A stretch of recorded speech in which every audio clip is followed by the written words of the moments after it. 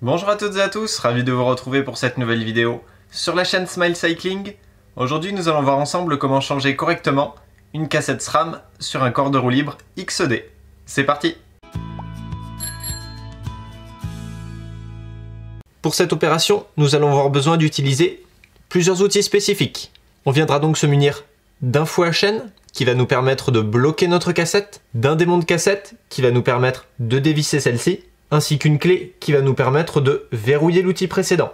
Pour cette opération, je viendrai utiliser un fouet à chaîne classique, un démon de cassette pour axe creux de 12 mm et une clé de démon de cassette. Néanmoins, vous pourrez utiliser d'autres systèmes d'outils à partir du moment où ceux-là sont compatibles avec le système. On pourra donc venir positionner notre outil démon de cassette au niveau des cannelures, puis positionner notre fouet à chaîne sur un grand pignon en s'assurant que tous les maillons de la chaîne soient pris sur des dents. Et une fois que notre cassette est maintenue par le fouet à chaîne, on va pouvoir venir dévisser notre outil.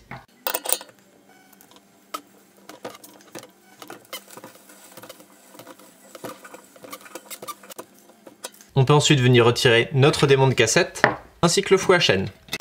Il ne restera plus qu'à sortir notre cassette. On pourra ensuite passer au nettoyage de notre corps de roue libre à l'aide d'un chiffon.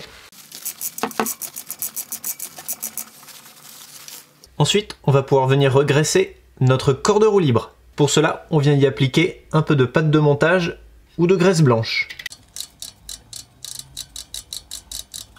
Ensuite, on va pouvoir venir repositionner notre cassette. On fera ici bien attention à faire coïncider les cannelures du corps avec les cannelures de la cassette. On passera ensuite au repositionnement de notre cassette.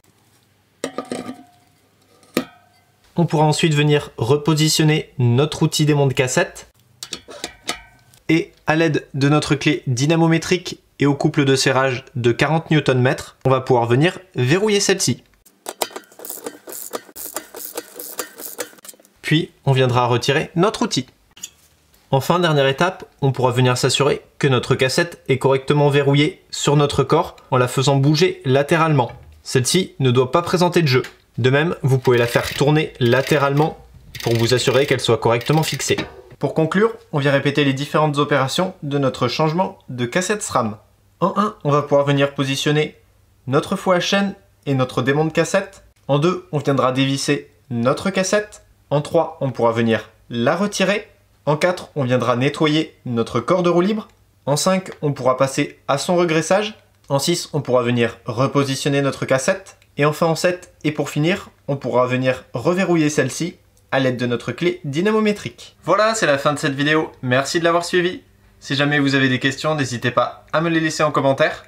Vous pouvez vous abonner à la chaîne pour pouvoir suivre mes prochaines vidéos et aller faire un tour sur mes pages Facebook et Instagram. Merci, à bientôt.